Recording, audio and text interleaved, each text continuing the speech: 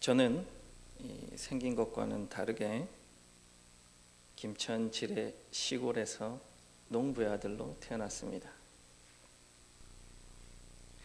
그렇다고 제가 부모님의 일을 도와드리거나 농사를 짓거나 하지는 않았습니다. 그러나 1년에 한 번 매년 빠지지 않고 농사 일손을 도울 때가 있습니다. 그것은 바로 양파 캐는 날입니다. 양파를 캐고 망에 담고 저장 창고에 옮기는 일은 꽤 많은 일손을 필요로 합니다. 그래서 온 가족이 동원되고 그것도 모자라서 일꾼 30명씩 고용해서 이틀, 3일 동안 양파 캐는 작업을 하게 됩니다. 그런데 이 일이 매우 힘든 것은 6월 중순에 하기 때문에 일을 하다가 보면 굉장히 덥습니다. 그러면 저는 그늘에 가서 쉬기도 하고 또 차가운 얼음물을 마시러 가기도 합니다. 그러나 고용된 일꾼들은 그렇게 할 수 없습니다. 그들이 조금이라도 게으름을 피우게 되면 모개비라고 불리우는 감독자에게 한 소리 듣게 됩니다. 그렇지만 저는 그늘에 가서 낮잠을 자든 일을 열심히 하지 않고 좀 꾀를 부리든 그 누구도 저에게 뭐라 하는 사람은 없습니다. 왜 그럴까요? 맞습니다. 저는 바로 주인의 아들이기 때문입니다. 저는 일꾼들이랑 신분이 다릅니다.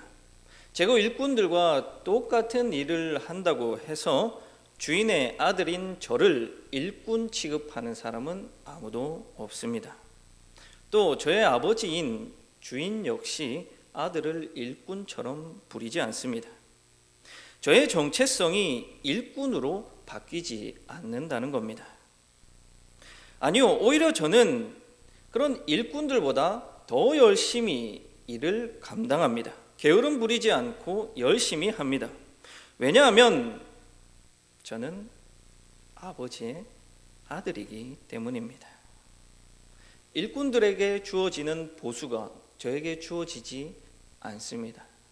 그러나 그럼에도 불구하고 아들은 아버지의 일을 기쁨으로 감당하게 되는 겁니다. 일꾼들은 열심히 하지 않습니다. 틈만 나면 게으름 피우고 싶고 간식 달라고 하고 또 쉬고 싶다고 투정 부립니다. 그리고 그들은 그저 주어진 보수만큼만 일하면 그만입니다. 여기서 바로 주인과 아들의 차이가 드러나게 되는 겁니다. 사랑하는 성도님들, 여러분은 우리 주인 되신 하나님께 있어서 일꾼입니까? 아니면 아들입니까? 딸입니까? 저는 한동안 이 질문을 놓고 오랫동안 고민한 적이 있습니다. 왜냐하면 이 성경 말씀에는 어떤 구절에는 하나님께서 우리를 일꾼으로 부르시는 구절이 있는가 하면 또 우리를 아들로 불러주시는 구절도 있기 때문입니다. 오늘 말씀에서 예수님은 분명히 우리를 아들로 표현하고 있습니다. 그러나 포도원 품꾼 비유를 보면 거기서는 우리를 일꾼으로 부르고 계신다라고 표현하고 있습니다. 찬송 역시 마찬가지입니다. 나 주님의 기쁨 되기 원하네. 이 찬양을 보면 하나님을 우리의 주인으로, 주님이라고 표현하고 있습니다. 그런데 또 다른 찬양, 사랑합니다 나의 예수님, 사랑합니다 아주 많이요. 이 찬양의 흐름을 보면 이렇습니다. 사랑한다 아들아, 내가 너를 잘 아노라. 사랑한다 내 딸아, 내게 축복 더하노라. 여기서는 분명히 하나님께서 우리를 아들로, 딸로 불러주고 계십니다. 그렇다면 우리는 아들입니까? 일꾼입니까?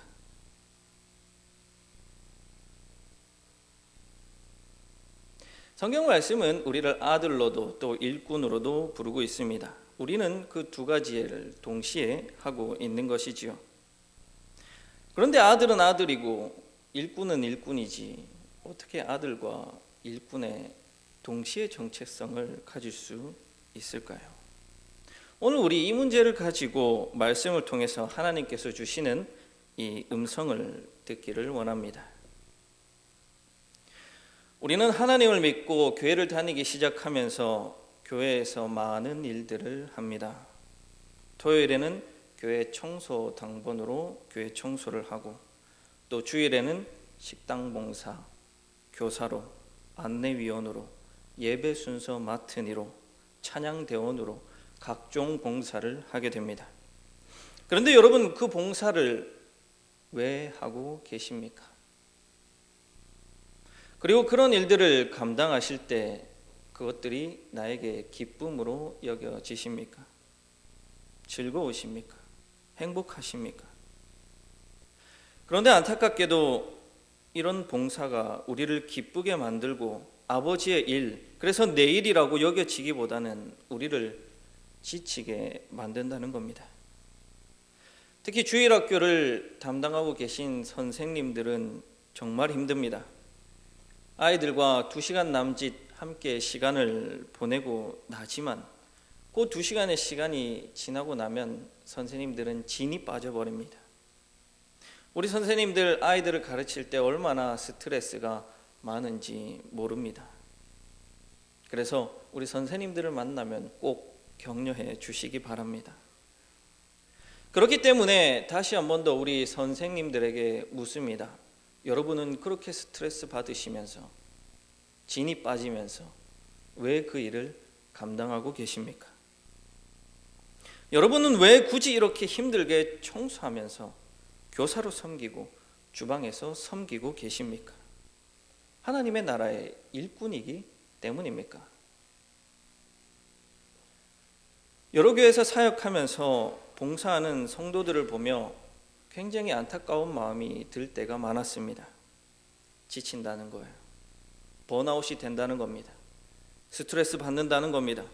왜 하나님의 일을 하면서 스트레스를 받으시고 지치고 힘들어하고 계십니까?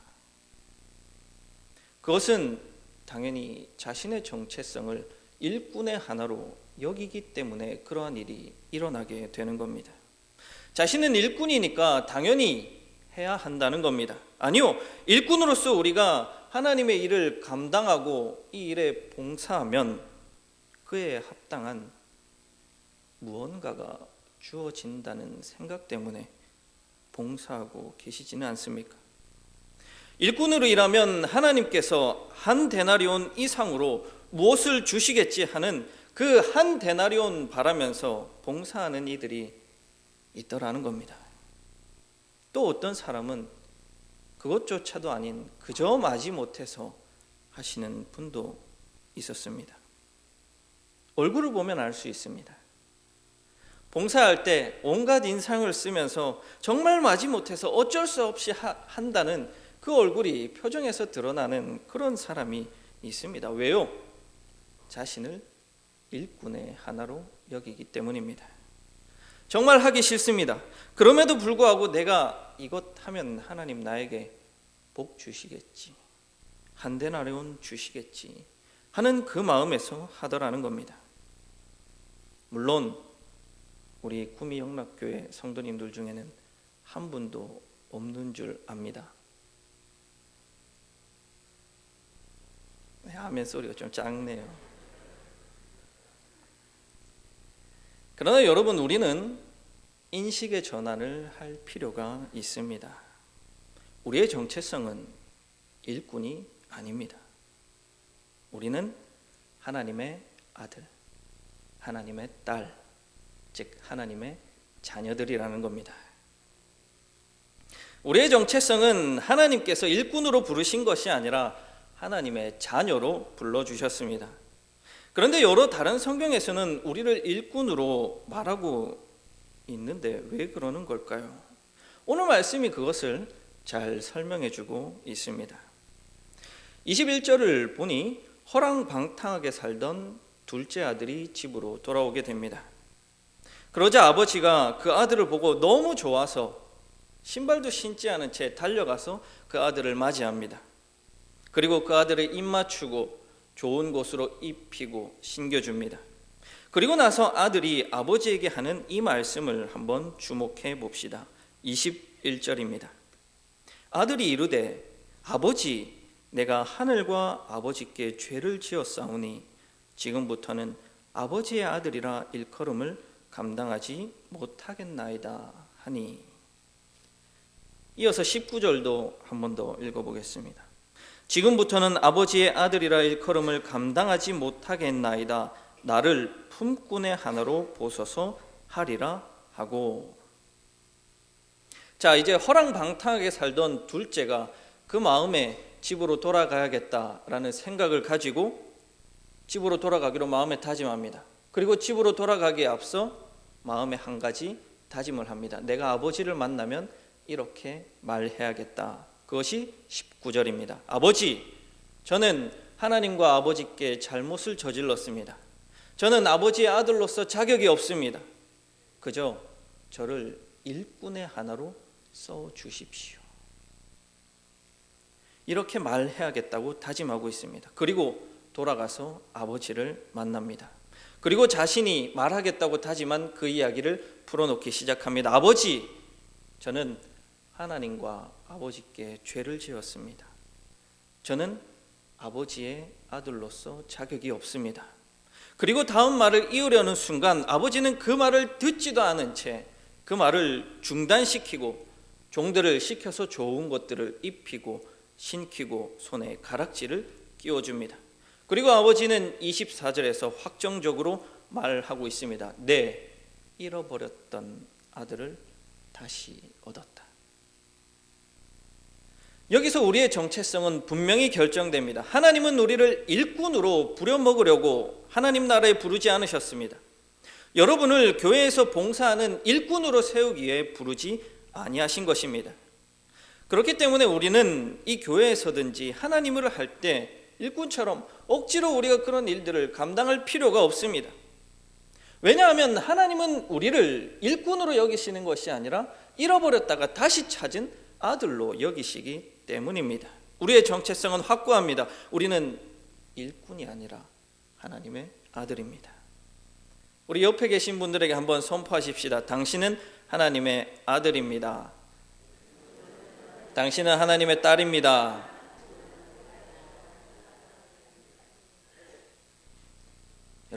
여러분, 이것이 중요한 사실입니다. 왜냐하면 우리의 정체성이 결정이 되면 우리가 해야 할 일과 할 수 있는 일이 결정되기 때문입니다. 자녀는 그저 제가 양파 캘 때처럼 그렇게 행동하면 됩니다. 매 순간 최선을 다해야 하고 게으름을 피우면 절대로 안 되고 조금 더 나태하면 주인에게 혼이 나는 그런 일꾼이 아니라는 겁니다. 일하고 싶을 때 일하고 쉬고 싶으면 쉬면 됩니다. 그게 주인의 아들이 누릴 수 있는 권리이고 권세입니다. 저는 양파 캘 때 그렇게 열심히 일하지 않아도 되는 겁니다. 시원한 그늘에 가서 낮잠을 자도 됩니다. 왜요? 그게 주인의 아들이 누릴 수 있는 마땅한 권리이기 때문입니다. 저는 주인의 아들이니까요. 그래서 아버지는 그 둘째 아들 녀석이 아버지의 재산을 다 탕진하고 술 마시고 창녀들이랑 놀아나고 살다가 돌아왔습니다. 그러면 야, 이 녀석아, 너는 내 재산을 다 가지고 가서 창녀들에게 다 팔아먹고 너는 이제 더 이상 내 자녀가 아니야. 너는 이제 내가 가지고 간 그 돈 다 갚을 때까지 일꾼으로 살아. 너는 일꾼이야.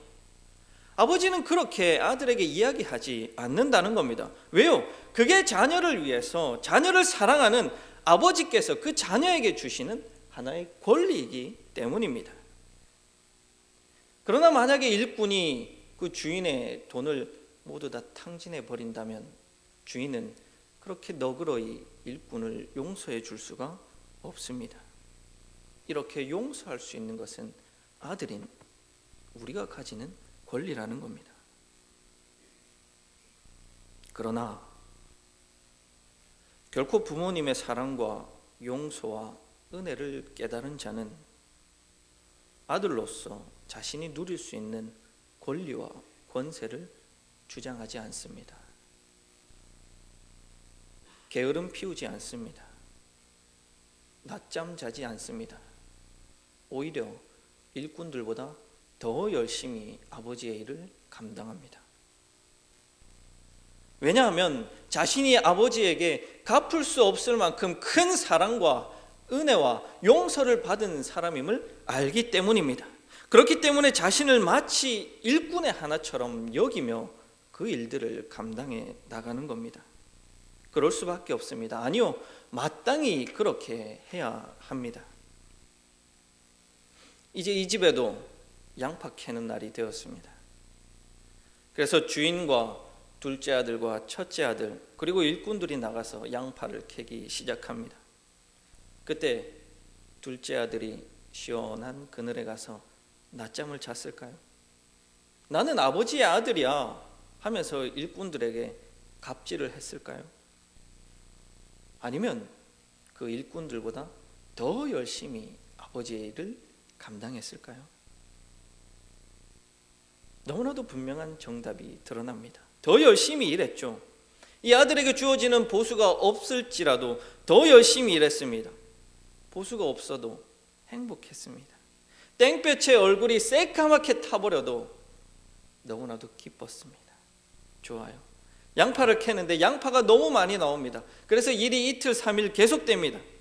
하루 이틀에 끝내지 못할 것 같습니다. 그래도 좋아요. 그래도 행복해요. 너무너무 기쁩니다. 왜요? 둘째 아들은 알고 있습니다.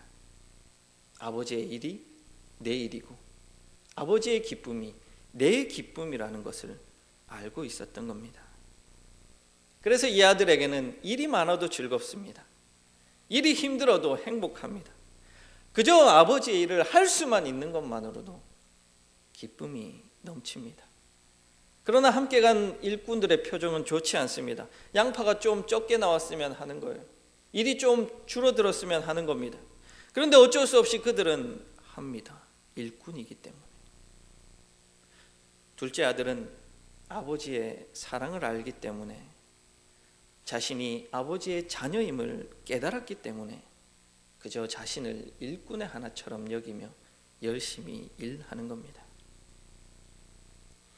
여러분, 우리는 하나님께 잃어버렸다가 찾은 둘째 아들과 같습니다. 우리는 이 둘째 아들의 마음가짐과 정체성을 가지고 살아가야 합니다.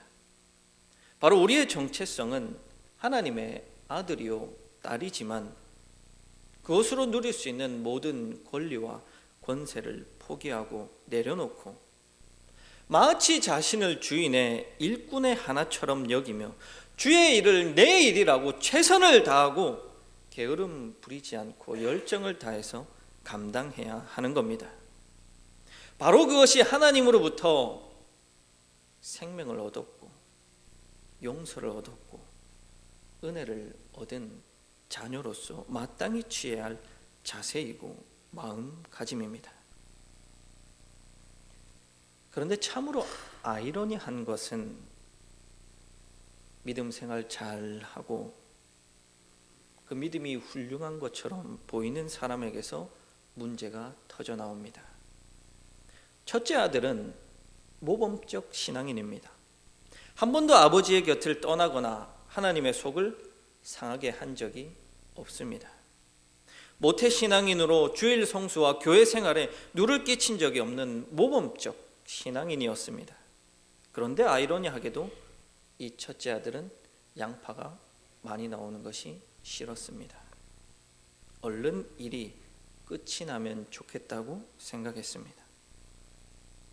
이 아들은 아버지의 말에 순종하는 것처럼 보였지만 그런데 그 마음에는 아버지를 향한 원망과 분노가 가득 차 있었습니다. 마치 마르다가 마리아를 향해서 불만을 가지고 있었던 것처럼 말입니다. 예수님께서 마리아와 마르다 집에 오셨습니다. 이제 담임 목사님이 멀리서 오셨는데 어떻게 가만히 있을 수 있습니까? 그래서 마르다는 얼른 주방으로 뛰어가서 없는 살림에 좋은 곳으로 예수님을 대접하기 위해 분주히하고 있습니다. 그런데 이 가시나 마리아는 예수님 옆에 딱 붙어 앉아서 아무것도 하지 않는 거예요. 그러면 일이 많은데 어떻게 그럴 수 있습니까?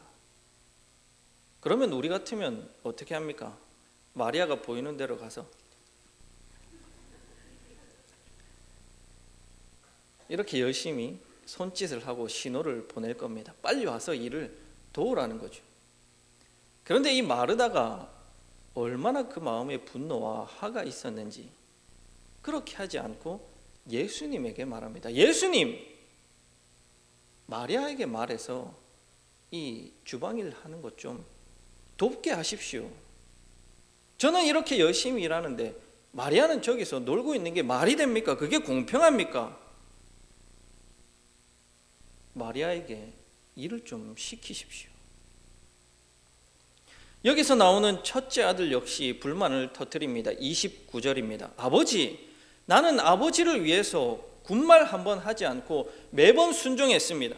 나는 아버지의 밭을 갈았고 소를 먹였고 양파 캐는 일에 한 번도 소홀히 한 적이 없습니다. 그런데 아버지는 저 허랑방탕하게 살다 온 둘째 아들에게만 잘해주시고 저에게는 맛있는 스테이크 한번 사주신 적이 없습니다.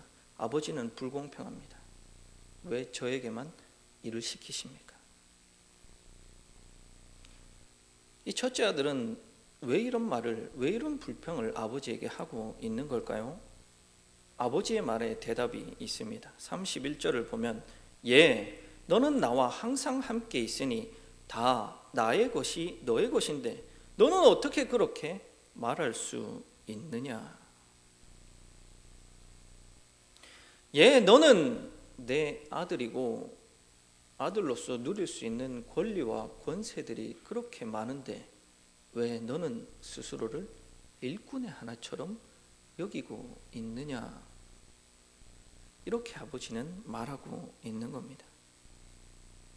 그 첫째 아들은 아버지의 말에 항상 순종했고 항상 아버지 곁에 있었고 모든 것이 모범적으로 보였지만 그것은 자녀로서의 순종이 아니라 일꾼으로서 복종하는 삶을 살고 있었던 겁니다. 우리가 믿음 생활하면서 우리에게 주어진 많은 봉사와 많은 하나님 나라를 위한 일들이 있습니다. 그런데 그것 앞에서 우리 각자는 자신의 정체성을 무엇으로 여기고 그 일들을 감당하고 계십니까?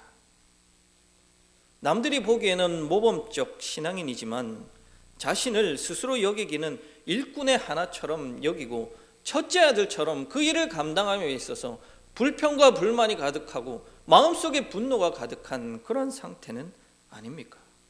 오늘 내가 주방 설거지 당번인데 왜 이렇게 설거지 할 거리가 많아? 이 녀석들은 왜 이렇게 말을 안 들어? 선생님 말 하나도 듣지 않고 내가 이거 도저히 못하겠다. 나는 이렇게 열심히 교회에서 봉사하고 헌신하는데 저 사람은 왜 아무것도 하지 않아? 28절에서 말하는 것처럼 그 마음에 분노와 화가 일어나는 겁니다. 하나님의 일을 하는데, 하나님 나라의 일을 감당하는데 분노가 일어나는 겁니다. 만약에 그렇다면 우리는 그 순간 자신의 정체성이 무엇인지를 잊고 있는 겁니다. 마치 첫째 아들과 같이 복종하고는 있으나 순종하지는 않는 그런 상태 말입니다. 그러나 우리는 하나님의 자녀입니다.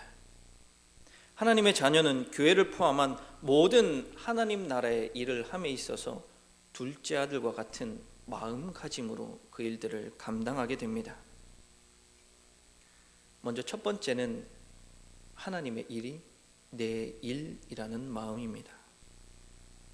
교사로 헌신하고 봉사하는 그것도 내가 할 일, 화장실 청소하고 주방에서 봉사하는 그것도 내가 할 일, 네가 할 일, 제가 할 일이 아니라 내가 할 일. 왜요? 하나님 아버지의 일은 곧 아들과 딸인 내 일이기 때문입니다. 그래서 남이 하게 둘 수가 없습니다. 내 일을 남에게 미룰 수 없습니다. 아버지께서 나에게 맡겨주신 일들을 나는 기꺼이 기쁨으로 감당하게 되는 겁니다. 둘째는 일이 많아도 스트레스가 아니라 기쁜 마음이 듭니다. 행복합니다. 그저 나는 아버지께 아들과 딸이 될 수 있고 나를 그렇게 불러주시고 일하게 해주신 하나님의 은혜와 사랑과 용서를 생각할 때마다 내가 할 수 있는 이 일이 기쁨과 행복으로 다가옵니다. 그래서 기쁩니다. 그래서 그것을 생각하기만 하면 기쁨으로 넉넉하게 이 일들을 감당할 수 있습니다. 보수를 받지 않아도 좋습니다. 하나님이 가시적으로 주시는 그 복이 내 삶 가운데 임하지 않아도 좋습니다. 그저 아버지께서 나를 자녀 삼아 주신 것, 그저 아버지께서 나를 아들로 딸로 불러주신 것만 생각만 하면 이 못난 사람을 써주시는 것만으로도 충분히 감사가 우리의 삶 가운데 넘쳐납니다. 그래서 제가 우리 교회에 온 지 얼마 되지 않았지만 우리 교회에 보면 이렇게 자녀로서 하나님의 일을 감당하시는 분들이 보입니다. 그런 분들은 얼굴에서 또 말투에서 행동에서 하나님의 자녀로서의 티가 나타납니다. 아, 감사하고 있구나. 이 일을 하면서 행복해하고 있구나. 자녀로서 이 일들을 잘 감당하고 있구나. 이런 분들은 모두 다 자신을 하나님의 자녀로 여깁니다. 그러나 자녀로서 누릴 수 있는 권세와 권리를 마땅히 하나님 앞에 포기하고 자신을 마치 일꾼의 하나처럼 여기며 살아가는 귀한 분들입니다. 우리 모두 그런 마음으로 우리에게 주신 일들을 잘 감당해야 합니다. 그렇게 우리가 하나님께서 우리에게 맡기신 일들을 잘 감당하게 된다면 우리는 하나님과 함께 즐거운 잔치에 참여하게 될 것입니다. 오늘 말씀의 클라이맥스 절정은 25절입니다. 여기서 말하기를 그들이 즐거워하더라. 그들이 즐거워하더라. 우리가 둘째의 마음가짐으로 아버지 앞에 헌신하고 봉사하면 아버지도 즐겁고 나도 즐겁습니다. 나도 즐겁고 그 봉사와 헌신의 대상도 즐겁습니다.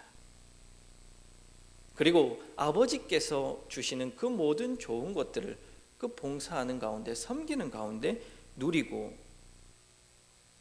그 권리들을 마땅히 표현하며 살아갈 수 있습니다. 그러나 자신을 일꾼의 하나로 여길 때 아버지의 모든 것이 아닌 그저 일한 대가만큼의 보수만이 그 사람에게는 주어지게 될 것입니다.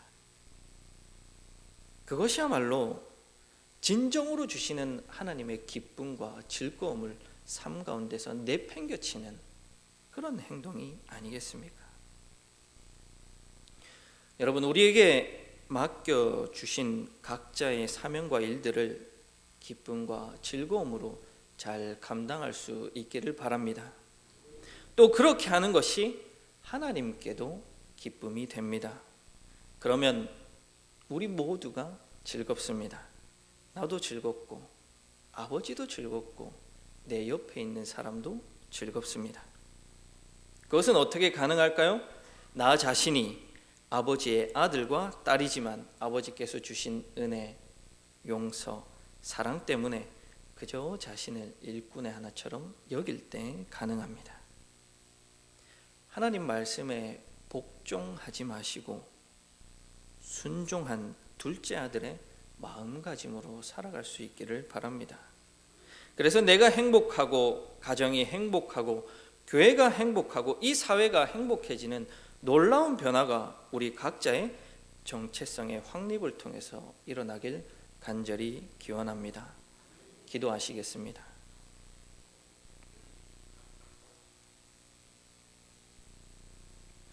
우리를 자녀로 삼아주신 하나님, 은혜와 용서와 사랑에 감사드립니다.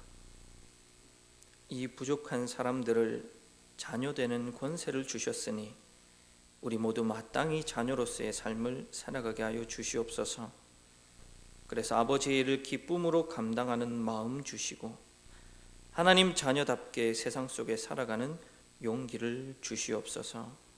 그래서 우리의 삶이 하나님 주시는 기쁨으로 가득 차게 하여 주시옵소서. 감사드리며 예수님 이름으로 기도드립니다. 아멘.